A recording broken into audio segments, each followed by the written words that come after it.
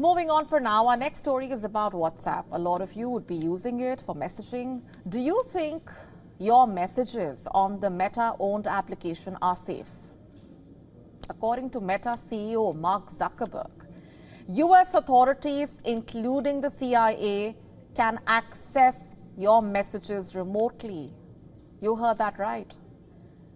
The CIA can access WhatsApp messages. What does that say about WhatsApp's privacy policy? Is Meta's privacy policy a myth? Is there no such thing as privacy in the digital age? All of these questions come up. Let's break it down for you. Speaking on the Joe Rogan Experience podcast on Friday, Mark Zuckerberg explained that while WhatsApp's encryption prevents Meta from viewing message content, it does not protect against physical access to a user's phone. His comments came in the context of a question by Rogan about Tucker Carlson's quest to set up an interview with the Russian President Vladimir Putin in February last year. While speaking about finally succeeding in talking to Putin after 3 years of failed attempts, Carlson blamed the US authorities, namely the NSA and the CIA, for stalling his efforts. According to Carlson, the agency spied on him by tapping his messages and emails and leaked his intentions to the media, which, quote-unquote, spooked Moscow from talking to him. Now, you must be wondering, how can this be possible since Meta has bent over backwards to tell us that its end-to-end encryption protects messages, photos, videos, voice messages, and what have you? Then how can anyone access WhatsApp messages? That was the question, in a way, thrown at Zuckerberg as well.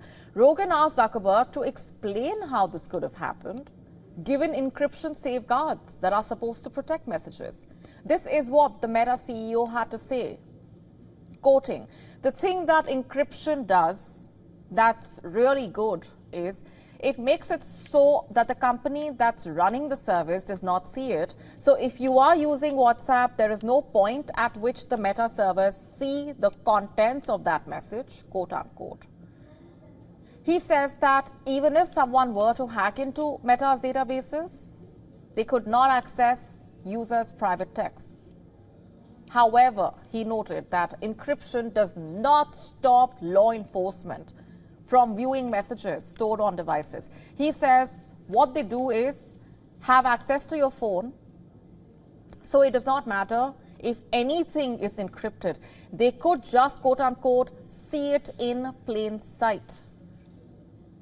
So it seems that the US government can effectively bypass the platform's end-to-end encryption in a way.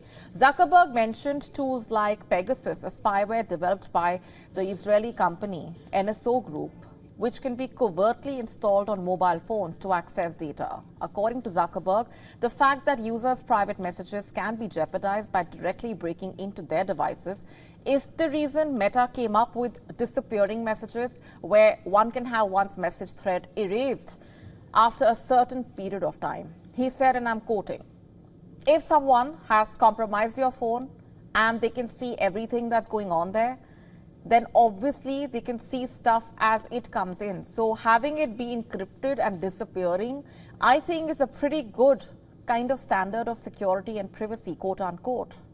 Zuckerberg's remarks are significant as they come at a time of heated debate surrounding digital privacy and government surveillance. While end-to-end encryption is undeniably effective in protecting user data, agencies like the CIA and FBI insist that it obstructs their ability to combat crime and terrorism.